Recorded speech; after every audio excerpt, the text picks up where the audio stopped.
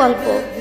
একটা ছেলে আর একটা মেয়ে 2 বছর রিলেশন করার পর হঠাৎ একদিন মেয়েটা ছেলেটাকে বলল, আচ্ছা একটা কথা বলি। ছেলেটা বলল, বলো। মেয়েটা বলল, রাগ করবে না তো? ছেলেটা বলল, না। মেয়েটা বলল, আমাকে ছেড়ে যাবে না তো? ছেলেটা বলল, কখনো যাব না। মেয়েটা বলল, ভুল বুঝবে না তো? ছেলেটা বলল, না, বুঝবো না। মেয়েটা বলল, জানো আমার একটা অতীত আছে। ছেলেটা বলল, কি সেটা? মেয়েটা বলল, আমাকে রেপ করা হয়েছে। ছেলেটা বলল, কি? মেয়েটা কেঁদে কেঁদে বলল, এবার তুমি আমায় খারাপ ভেবে হয়তো আমাকে ছেড়ে চলে যাবে।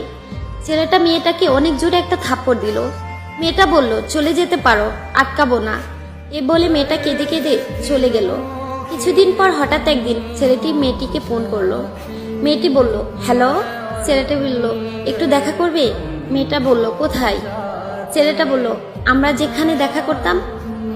মেয়েটা বলল, আচ্ছা। ছেলেটি আগে থেকে এসে মেয়েটির জন্য অপেক্ষা করতেছে। কিছুক্ষণ পর মেয়েটি আসলো।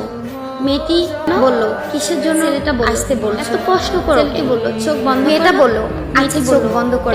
ছেলেটা বলল, এবার চোখ খুলে তাকাও। মেয়ে চোখ খুলে দেখে যে ছেলের বাবা মা আসছে। মেয়ে অবাক। ছেলেটা তখন হাঁটু গেড়ে বসে মেয়েটাকে বলল, তুমি কি আমাকে বিয়ে করবে? মেয়েটা বলল, তখন ছেলেটি বলল, আমি তোমাকে ভালোবাসি, তোমার অতীতকে না। তারপর ছেলে ও মেয়ে বাবা মায়ের ইচ্ছাতে তাদের বিয়ে হয়।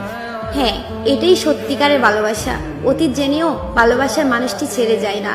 আসলে এই গল্পটা শুনে বুঝতে পারলেন, সব ছেলে এক হয় না এবং তার পরিবারও না। ভালোবাসতে জানলে ভালোবাসা সুন্দরবন, ভালোবাসো মন থেকে।